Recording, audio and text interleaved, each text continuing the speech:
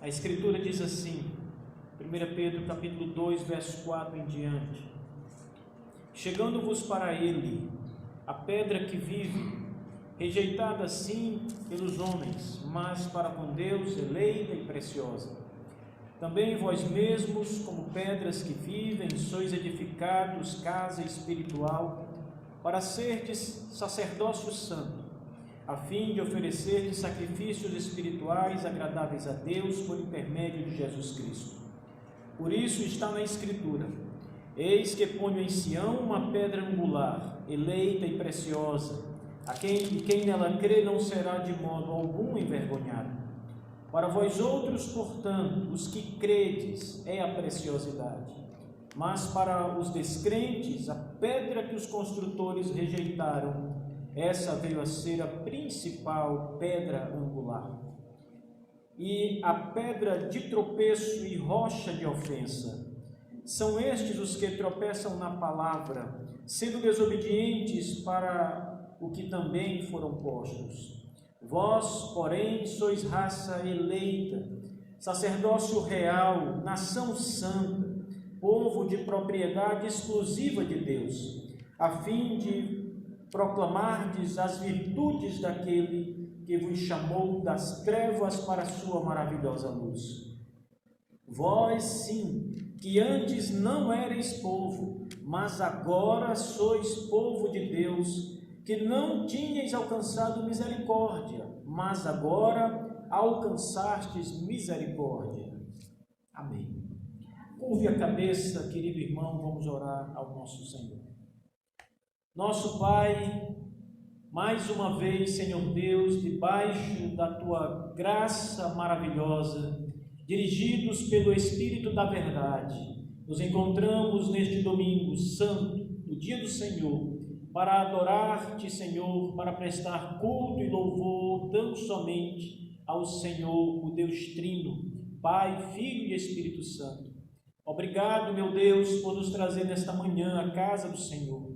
Obrigado por reservar este lugar, nos proteger e nos guardar do mal, nos ajudar em todas as coisas, Senhor Deus. Nós te louvamos, Senhor, pela tua maravilhosa graça derramada sobre cada um de nós, sobre nossas vidas, Senhor Deus, superabunda a misericórdia e a bondade do Senhor. E somos gratos pela unidade que há em Jesus Cristo, o nosso Salvador, nesta igreja, Senhor. Somos gratos, bondoso Deus, pela verdade que vem sendo ensinada, proclamada nesta igreja e tem edificado o teu povo, desviado o teu povo dos caminhos do mal e da perversidade. E o teu povo tem trilhado o caminho da justiça e da verdade em Jesus Cristo. E nesta manhã, Senhor Deus, em nome de Jesus Cristo, teu Filho, que o Senhor fale aos nossos corações, uma vez mais, e sejamos uma vez mais edificados em Jesus Cristo pelo Espírito Santo de Deus. Em nome de Jesus oramos com alegria e com agradecimentos. Amém.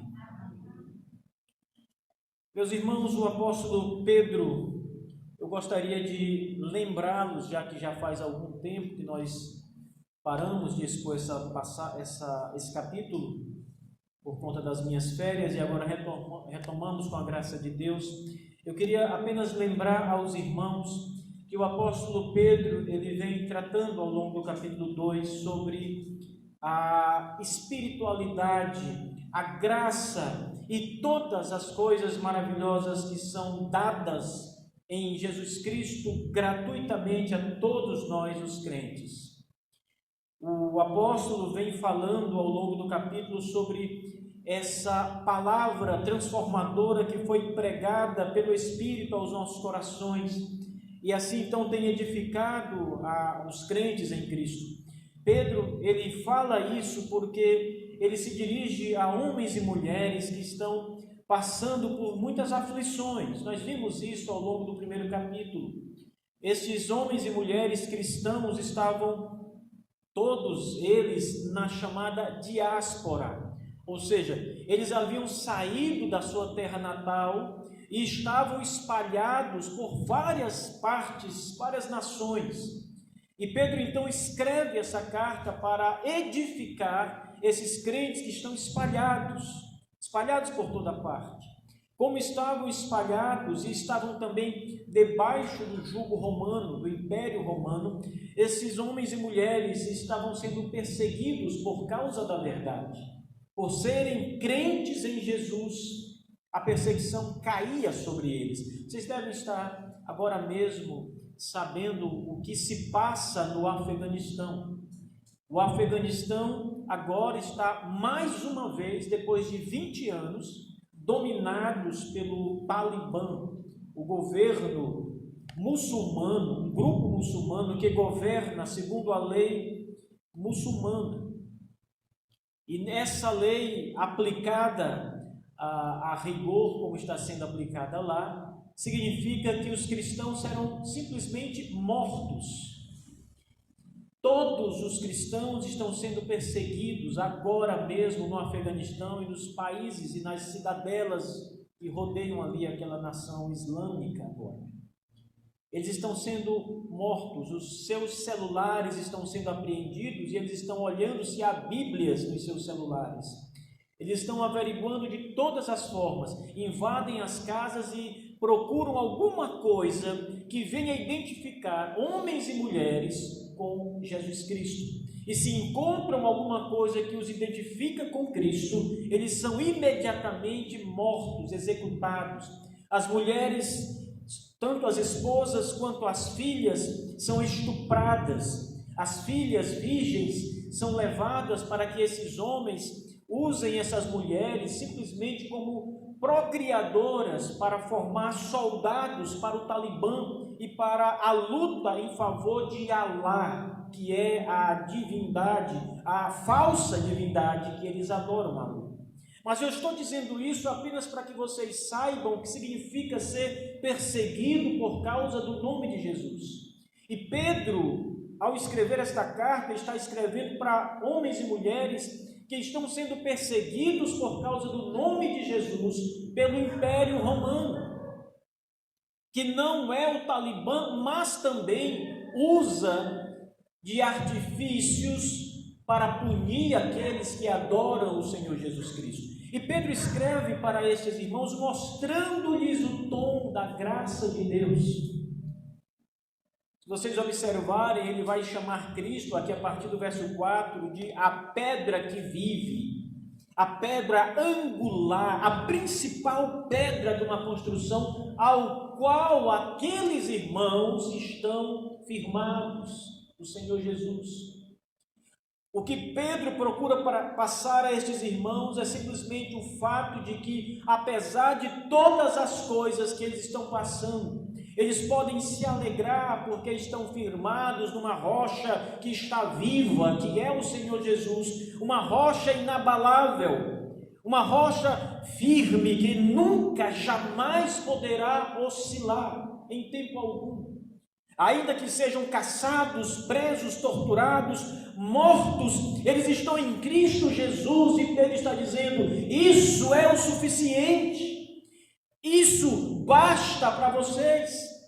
Ainda que vocês sejam desprezados pelo mundo, e ainda que o mundo os procure e tire a vida de vocês, eles jamais podem tirar-lhes a vida eterna que vocês têm no Senhor Jesus Cristo. O nosso diácono, quando estava iniciando os trabalhos dessa manhã no culto, ele disse que, meditando com a sua família, com a sua esposa, pensaram em várias coisas. O que será necessário para sermos felizes? Será uma vida financeira boa? Será que precisamos de uma casa melhor? Precisamos de uma mansão para ser felizes? Será que precisamos de um carro novo? Será que precisamos de saúde para ser feliz? E depois de pensar em muitas coisas, até muitas coisas boas e necessárias, eles concluíram que a coisa máxima, principal, aquilo que é maior, o mais importante para que eles sejam felizes, é ter paz com Deus. E Pedro está dizendo isso. Vocês podem estar sendo perseguidos, torturados, mortos, caçados como animais selvagens, mas se vocês têm paz com Deus, nada destas coisas poderá tirar-lhes a paz espiritual em Cristo Jesus. Eu já falei para vocês muitas vezes, e eu repito mais uma vez o que eu vou lhes dizer agora, porque foi um episódio muito marcante na minha vida. Você vê uma pessoa morrer, um cristão morrendo, a doença lhe consumindo, e ele então, esta pessoa então poder morrer cantando e glorificando a Jesus Cristo. Quem pode fazer isso, irmãos, senão aquele que tem paz com Deus? Ninguém pode morrer louvando a Jesus se não está em paz com Jesus Cristo. E eu vi uma pessoa morrer assim, louvando e adorando ao Senhor. Uma das nossas irmãs em Cristo partiu para a glória com a pedra que vive, sob a pedra que vive, firmada na pedra que vive. Mas essa manhã, irmãos, apesar de ter me alongado um pouco nesse contexto, nessa introdução, eu quero tratar com vocês de grandes diferenças que o apóstolo Pedro apresenta a partir do verso 8, quando ele começa a mostrar que há uma diferença gigantesca entre aqueles que servem a Jesus Cristo e aqueles outros homens e mulheres que não servem a Deus, que não servem a Deus e aos quais Pedro os chama de descrentes, ou aqueles que tropeçam na palavra, ou tropeçam na pedra que é o Senhor Jesus. Veja, o verso 8, no verso 7 ainda, Pedro diz: para vós outros, referindo-se aos crentes em Cristo, aqueles homens e mulheres fiéis, ele diz: para vós outros, portanto, os que crerdes, Jesus é a preciosidade. Mas para os descrentes, ele, Jesus, é a pedra que foi rejeitada pelos construtores. Esta pedra rejeitada por eles, diz Pedro, veio a ser a pedra principal, a pedra angular, mas também para eles, os descrentes, Jesus é uma pedra de tropeço, uma rocha de ofensa. Vejam a primeira consideração do apóstolo Pedro. Ele começa no verso 7 e alonga-se até o verso 8. Por isso a leitura do verso 7 para pegarmos aqui o contexto. Existe uma diferença entre crentes e descrentes, Pedro está nos anunciando aqui. Os crentes em Cristo, Pedro diz, têm Jesus como sendo a grande preciosidade, mas os descrentes têm Jesus como sendo uma pedra que foi rejeitada por eles. Nós, os que cremos, meus irmãos, amamos o Senhor e vivemos pelo Senhor, a nossa vida, a nossa esperança maior está em Jesus Cristo e ninguém mais. Se nós não tivéssemos Jesus Cristo e a esperança do Evangelho, em que nos agarraríamos? Em que confiaríamos a nossa vida? Quando morrermos, onde iríamos? Nós sabemos que vamos para o lado do Senhor. Estaremos com Cristo, que é bem melhor. Estaremos com os nossos olhos enxugados de lágrimas. Lá diz o apóstolo João, toda lágrima será enxugada dos seus olhos. Não haverá sofrimento com Cristo, não haverá dor ao lado do Senhor Jesus, não haverá pecado, tormentas, agonia, aflição, nada disso haverá mais sobre nós quando estivermos com Cristo Jesus na glória eterna.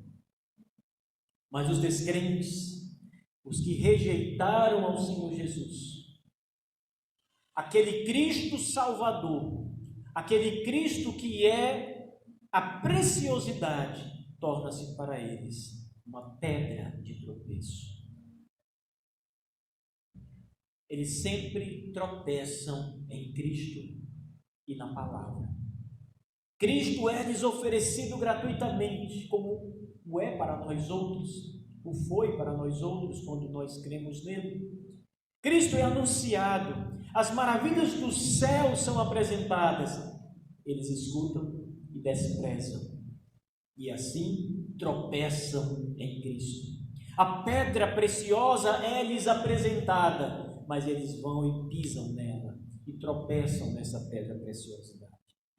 Cristo, que é a nossa grande alegria, passa a ser para os descrentes a grande ofensa de suas vidas. Queridos irmãos, eu tenho visto e creio que vocês também têm visto, que nos últimos tempos, especialmente nos anos mais próximos, nos últimos anos, Jesus Cristo e o Evangelho da graça de Deus tem sido, como de fato Pedro apresenta, uma ofensa às pessoas. Os homens e as mulheres que são confrontados com a palavra de Deus se ofendem quando escutam o Evangelho, quando escutam sobre Cristo e a sua salvação. O mundo do nosso tempo, irmãos, parece estar de fato de pernas para o ar. As coisas estão muito diferentes, estão muito aceleradas. As pessoas parecem que perderam qualquer temor a Deus e agora se voltam contra Cristo, falam abertamente contra Cristo, contra o Evangelho, contra a igreja do Senhor, contra o povo de Deus. Não há mais temor no coração dos homens. Até aquelas pessoas que eram descrentes, mas eram mais comedidas em criticar o Evangelho, parece que agora nesse tempo, diante de tantas outras pessoas que estão fazendo um levante contra Jesus e contra a igreja de Jesus Cristo, essas pessoas também perderam o medo ou qualquer temor e se levantam abertamente contra a igreja de Cristo. Nós vivemos tempos difíceis, irmãos.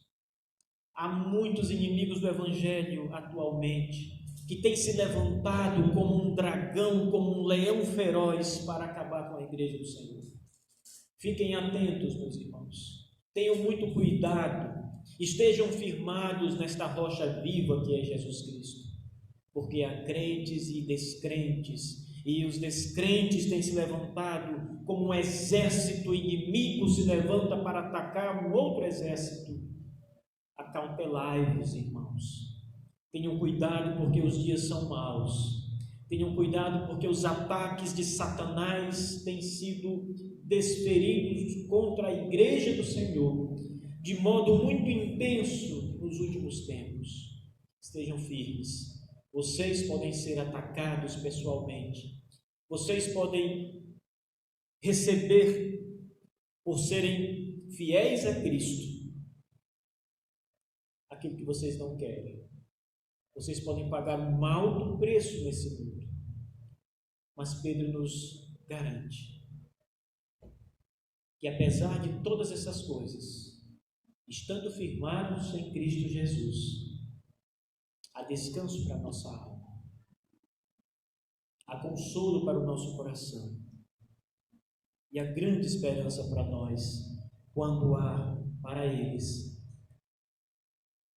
não mais do que um destino terrível. Note que Pedro vai falar. O apóstolo Pedro ele começa ao mostrar a diferença entre crentes e descrentes. O apóstolo Pedro começa a mostrar que há uma diferença significativa, porque há uma predestinação entre aqueles que irão servir a Deus e amar a Deus eternamente, e que foram separados na eternidade para isso, e aqueles que foram deixados em seus pecados para os tormentos eternos. O verso 8, o apóstolo Pedro diz que Cristo é uma pedra de tropeço, uma rocha de ofensa para os descrentes. Mas ele também diz, e são estes, os descrentes, os que tropeçam na palavra de Deus, e são desobedientes ao Evangelho. Note o final do verso 8. Não tire seus olhos do final do versículo 8, porque Pedro está dizendo, estes homens foram postos para isso. Note, pedra pedra de tropeço, rocha de ofensas, são estes os que tropeçam na palavra, sendo desobedientes, e para o que também foram postos. O Senhor, diante da queda do homem, diante da ruína espiritual do homem, sabendo da perdição de toda a raça humana, Ele olha para alguns homens. A nossa confissão de fé claramente diz que o Senhor Deus escolheu alguns homens para a vida eterna por meio de Jesus Cristo. E os demais foram deixados em seus pecados. Há uma diferença porque muitas pessoas entendem isso de maneira errada.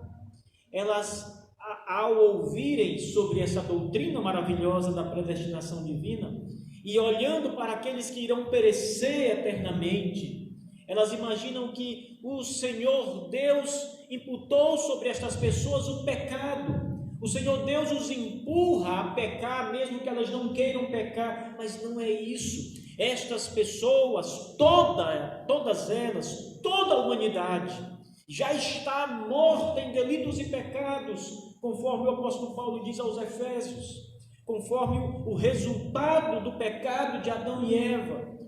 Em Adão todos pecaram, diz o apóstolo Paulo aos Coríntios. Não há um justo nenhum sequer, diz ele aos Romanos. Não há homem justo, não há homem bom, não há homem sem pecado sobre a face da terra. Por isso a condição do ser humano é de total miséria espiritual, total ruína espiritual.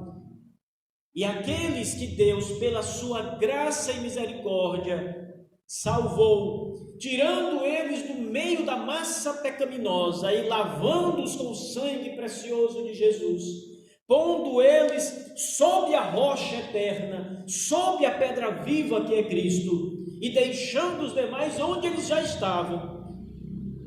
As pessoas imaginam que Jesus Cristo, quando falamos da predestinação, é o autor do pecado das pessoas, ou é aquele que, pelo seu poder, impede as pessoas de crer nele e leva essas pessoas ao pecado e à condenação.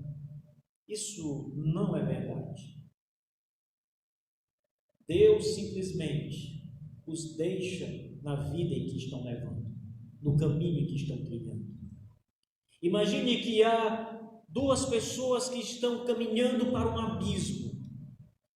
Ambas as pessoas estão caminhando para um precipício, e se não pararem de caminhar, ou se não mudarem a sua rota, elas vão cair no abismo.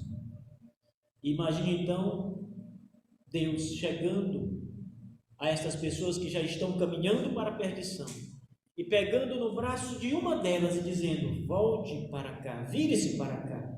Mas a outra ele simplesmente deixa que ela continue caminhando. Ele não a empurra, ele não a faz caminhar mais, ele simplesmente não faz nada. Ele simplesmente permite a sua caminhada. É o que Deus fez ao deixar a humanidade nos seus delitos e pecados. Estes são os homens ao qual se refere Pedro. Estes são os homens que tropeçam na palavra, ainda que o evangelho lhes seja dado, oferecido, pregado, eles rejeitam. Cristo, o maravilhoso Salvador, o bendito de nossas almas, lhes é apresentado, mas eles o odeiam. Cristo é ofensivo para eles. A verdade do evangelho lhes dói o ouvido, as suas almas repugnam a verdade. Repugnam a maravilhosa graça. O céu para estes homens e mulheres não seria nada mais do que tormento. Por isso eles odeiam a Jesus e o Evangelho. Não querem. Estes são os homens que foram deixados em si mesmos, deixados às suas próprias decisões, sem nenhuma interferência, sem nenhum poder sobre eles, a não ser o pecado que lhes domina. E é sobre esses que Pedro diz: os quais foram postos para este mesmo fim, tropeçar e desobedecer. O Senhor não irá impedir o pecado deles. Veja que ruína espiritual aguarda aqueles que não são crentes, irmãos. Mas vós, diz o verso 9, olhe para o verso 9. Enquanto Pedro está falando daqueles que vão perecer eternamente, tropeçar na palavra, odiar a Jesus, nós os crentes, ou os homens e mulheres aos quais Pedro está escrevendo essa carta, vós, porém, sois raça eleita, enquanto os demais não foram eleitos para a salvação, enquanto os demais foram deixados na sua própria pecaminosidade, nós somos a raça eleita. Essa expressão, meus irmãos, aliás, as próximas expressões que Pedro vai usar no verso 9, elas são cheias de graça e glória de Cristo sobre nossas vidas. Porque veja bem, lembrem-se sempre de uma coisa: nós estávamos no mesmo barco e na mesma situação que estes homens que foram deixados em seus pecados. Não há nada em nenhum de vocês que tenha alegrado o coração de Deus e tenha movido o coração de Deus para salvá-los. Nada em vocês mesmos. Sabe quando você vai num lugar e você está olhando algumas coisas para comprar e de repente você que é mulher, você olha para um vestido lindo e você olha, mas que vestido lindo, e tem outro do seu lado e você olha, esse eu não gostei, mas esse é lindo e eu vou ficar com esse porque eu gostei muito desse. Com Deus não foi assim. Deus olhou para você e não viu beleza alguma, irmão. Não viu nada na sua alma que agradasse a Ele, não viu nada na sua vontade, nos seus atos que movesse Deus a olhar para você e dizer, você é um pouco bom, um pouco melhor, eu vou escolher você porque tem algo em você. Não, nós somos raça eleita, porque Deus, pela sua graça e misericórdia, apesar de ver a nossa podridão e os nossos pecados, apesar de ver toda a maldade, toda a capacidade hedionda em nós mesmos, Ele decide nos tirar do meio desse povo caído e nos limpar. Ele decide mudar a nossa situação de perdição eterna e nos dá o reino da glória do Filho do seu amor. Ele decide fazer uma operação da graça sobre nós. Não foi por nós mesmos, irmãos, foi pela eleição da graça. Vós sois raça eleita, um povo eleito para a salvação, um povo tirado do meio de um outro povo, caído, pecaminoso, limpo, porque foi eleito para esse fim. Nós agora, diz Pedro, somos um sacerdócio real.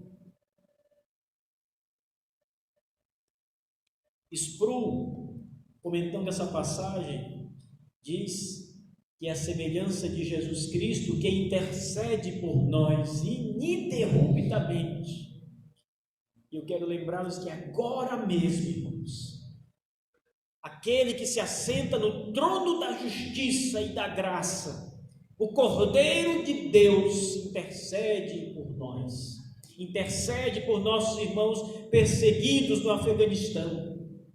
Cristo não está com seus olhos vendados, Ele está vendo e Ele ora ao seu Pai por nós, o povo dele, a raça eleita por Ele.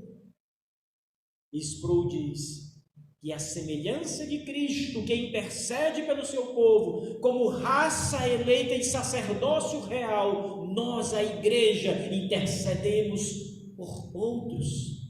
Nós também chegamos com os nossos joelhos dobrados diante do trono majestoso de Deus e suplicamos a Deus que salve pecadores.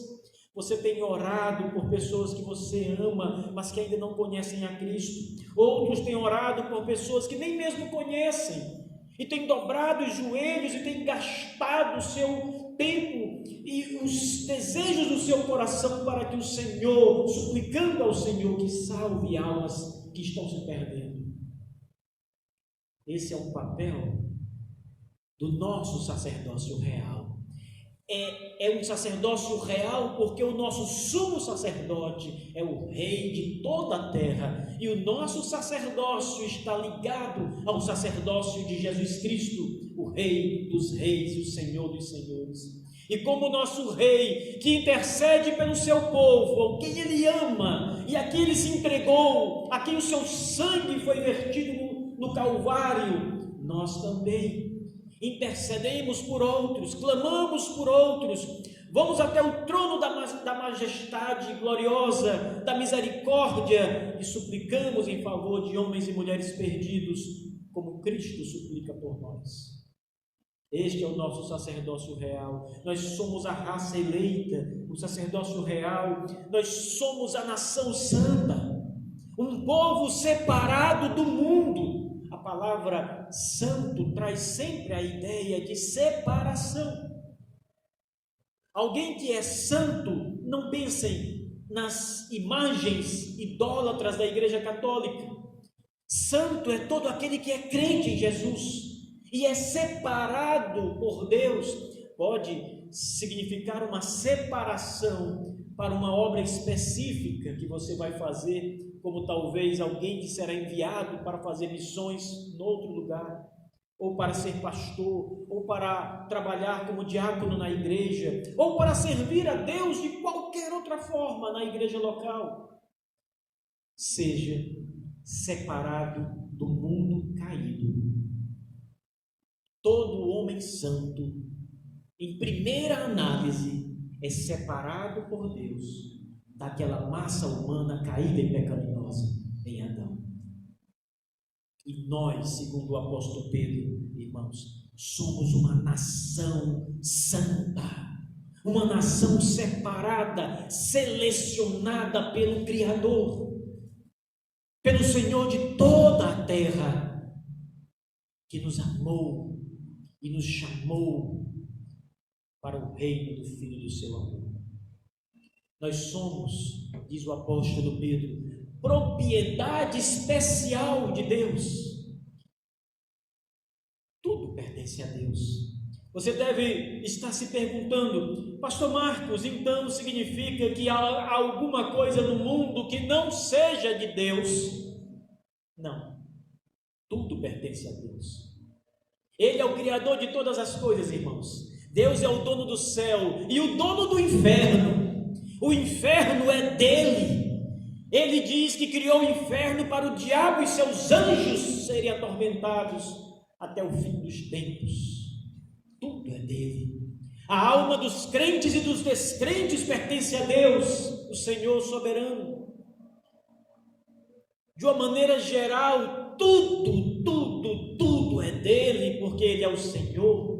Mas de uma maneira exclusiva, especial, a igreja é dele. Ele cuida do seu povo, ele ama o seu povo, ele dá a vida pelo seu povo. Por isso somos propriedade exclusiva de Deus, diz o apóstolo. Quando Paulo, ainda Saulo de Tarso, perseguia a igreja, Jesus Cristo aparece e intervém, derruba Paulo do seu cavalo e diz: Paulo, Paulo, por que me persegues? Ele buscava extinguir a igreja de Jesus.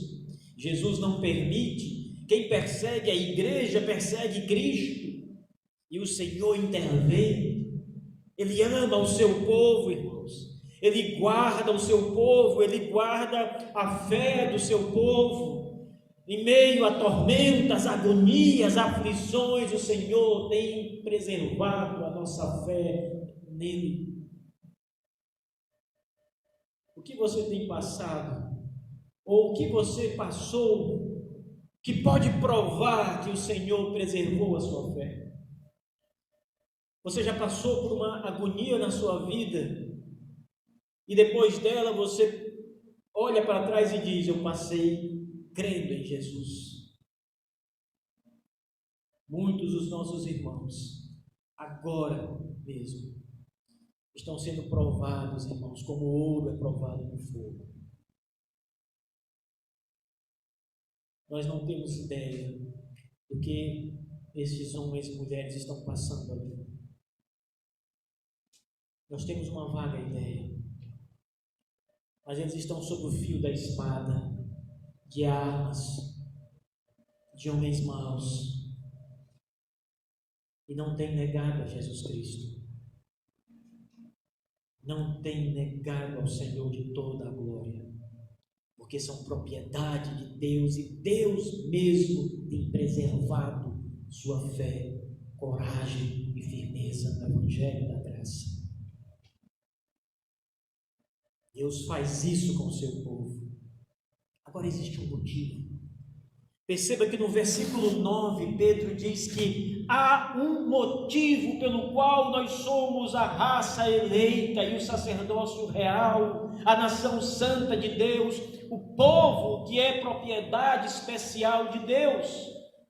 É para proclamarmos as virtudes daquele que nos chamou das trevas para a sua maravilhosa luz. Você não é crente para descansar e dizer: agora eu posso morrer e ir para o céu porque Deus já me salvou. Não, irmãos. Se você pensar assim, você está jogando fora uma dádiva preciosa de Deus em sua vida. Ele te chamou para trabalhar para Ele. Ele te chamou para proclamar as suas virtudes maravilhosas. Ele te chamou para falar do seu nome santo e precioso. Quando Paulo foi derrubado do seu cavalo, e o Senhor opera com graça sobre ele, Paulo entende isso, e a partir daquele momento começa a ser o grande missionário cristão do primeiro século. Ele sai pela Europa, ele sai proclamando as virtudes de Jesus Cristo, sua morte e a sua ressurreição, a sua morte em favor dos pecadores que creem nele, a graça maravilhosa da vida eterna em Cristo. Nós somos chamados, salvos, eleitos, separados do mundo podre e caído, para pregar o bom nome de Jesus, as maravilhas da graça de Deus. Não se acomode, não fique simplesmente contente por ser um crente e achando que tudo já está pronto, tudo já está feito.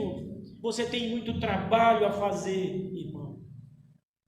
Não alegre-se apenas pelo fato de saber que é eleito de Deus, apenas por saber que diante de todo o mundo caído o Senhor agradou chamá-lo para a vida eterna por sua infinita misericórdia e graça e pelo beneplácito da sua vontade soberana. Não agrade-se apenas em saber disso, isso é maravilhoso de fato, mas há trabalho para você.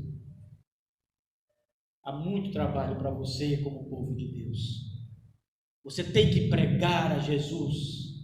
Você tem que levar o evangelho da graça às pessoas que estão morrendo sem Deus. Quantos parentes você já perdeu? Quantos amigos já estão no inferno agora mesmo? Porque você não pregou a eles, não teve coragem de falar o bom nome, as virtudes de Cristo. Ele só tem virtudes, não há como pregar outra coisa, porque não há nada em Cristo que não seja maravilhoso e virtuoso. Ele chamou você para anunciar essas grandes coisas, como crente. Eu não quero saber aqui se alguém levanta-se e diz: eu não sou pastor, eu não sou seminarista, eu não sou professor de Bíblia, de EBD, de teologia. Não desculpe-se assim nesta igreja, porque você tem a mesma obrigação que todos os crentes em Cristo têm no mundo inteiro, de levar o bom e maravilhoso nome do nosso Salvador Jesus aos homens. Faça isso, irmão. Trabalhe proclame a verdade. Ele nos chamou das trevas. Aonde nós estávamos? Nas trevas, perdidos, liquidados, se não fosse a bondade de Jesus. Proclame as virtudes daquele que vos chamou das trevas. Se ele não tivesse chamado, você estaria perdido, condenado, acabado, em sofrimento sem fim. Mas pela sua graça, ele te chamou por meio da pregação do Evangelho, por alguém que Deus colocou a missão de proclamar e você ouvir. Alguém trabalhou para que você estivesse aqui hoje, com Cristo, alegres e satisfeitos em Cristo. Proclame as virtudes do Senhor Jesus. Ele chamou você, note, das trevas para a luz. O contraste não é só entre crentes e descrentes, mas é aonde estávamos e para onde iríamos, e para onde vamos agora, e para onde estamos agora, na luz de Cristo e de Deus. E finalmente, meus irmãos, o apóstolo Pedro faz mais duas últimas comparações. Veja, ele nos lembra, isso serve para todos os cristãos, não somente aqueles da época de Pedro, aos quais ele estava escrevendo, mas para todos os cristãos em todas as épocas. Pedro diz: vós, ou seja, vocês crentes, sim, que antes não eram povo de Deus, mas agora sois povo de Deus. Houve um tempo, amados irmãos, houve um tempo em que nós não estávamos contados entre os salvos. Você lembra os anos em que passou na incredulidade? Você lembra da época em que você não era um cristão? Talvez você fosse destes homens e mulheres que se levantava contra o Evangelho, ainda que de forma branda, ainda que fazendo piadas com o reino de Deus, com Cristo, com o seu povo. Talvez você fosse daqueles que desprezassem a pregação da palavra e não se importassem com a Bíblia, com o Evangelho, com pastores que pregam Cristo. Talvez você fosse uma pessoa indiferente, ao qual o Evangelho, pregado ou não faz a menor diferença, você não liga para isso. Talvez você fosse daqueles que se enchesse de ódio quando o Evangelho é anunciado. Mas veja onde você está hoje. Nessa época passada, você não era povo de Deus. Você já havia sido escolhido na eternidade para a salvação. Seria um dia povo de Deus, mas ainda não era até ali. Até o dia em que Jesus Cristo, por meio dos seus servos, os pregadores da palavra, levou alguém para falar de Jesus, e você ouviu e creu, e passou a ser povo de Deus.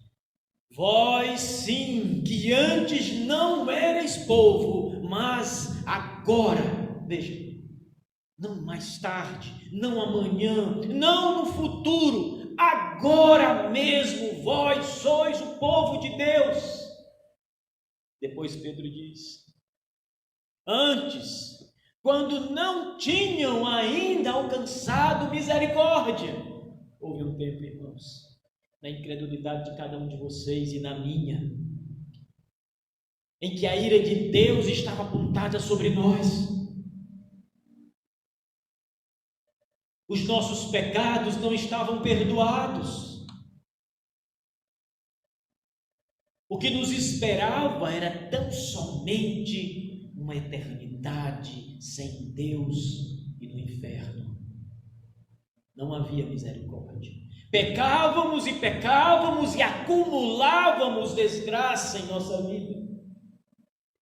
É como um homem que vai pondo as suas roupas sujas num cesto e ele não as lava com frequência, e o cesto vai enchendo de roupas podres, sujas, fedorentas a cada dia, ao ponto em que o saco transborda, não há mais espaço para tanta podridão, tanta sujeira, tudo está imundo, podre, fedido. Assim éramos nós antes de Deus olhar e dizer: eu tenho misericórdia de ti, pecador. Eu limpo os teus pecados agora com o sangue do meu filho, que morre por ti, para te dar a vida eterna. Lembra, houve um tempo em que vós não tinhais alcançado misericórdia, mas isso foi no passado. Agora, diz Pedro, alcançastes misericórdia.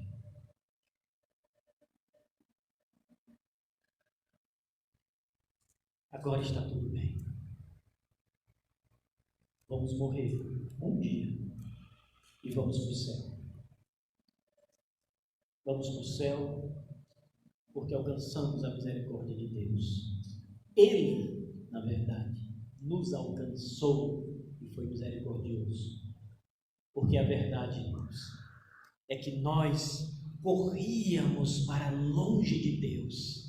Nós não estávamos tentando alcançar Deus como se Deus estivesse indo numa direção, nós estivéssemos lá atrás, correndo e clamando: Senhor, me espere. Não, irmãos, nós estávamos indo para longe de Deus, fugindo de Deus como Jonas fugiu da sua missão, e Deus nos alcançou.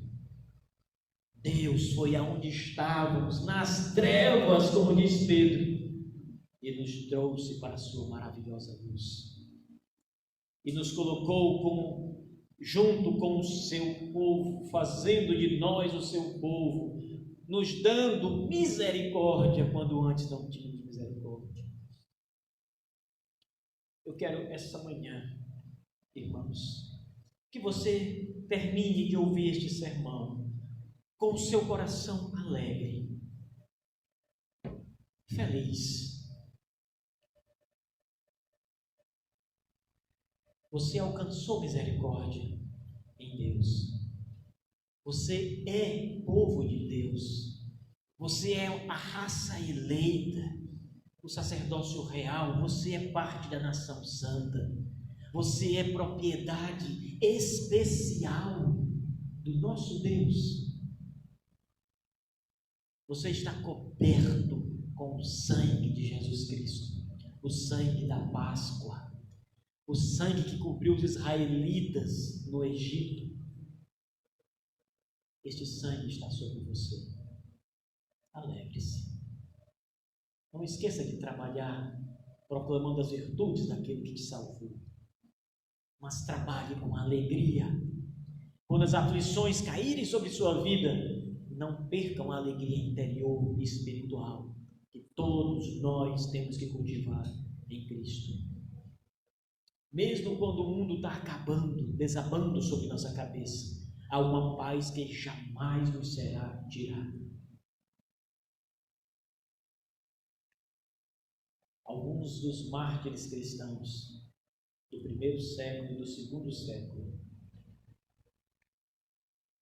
provaram essa paz interior que nunca é tirada e morreram queimados na fogueira e orando a Deus.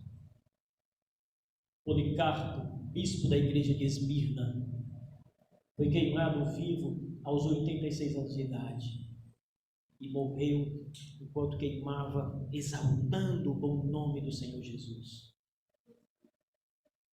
O apóstolo Pedro foi pregado numa cruz de cabeça para baixo. Não hesitou. Paulo não hesitou.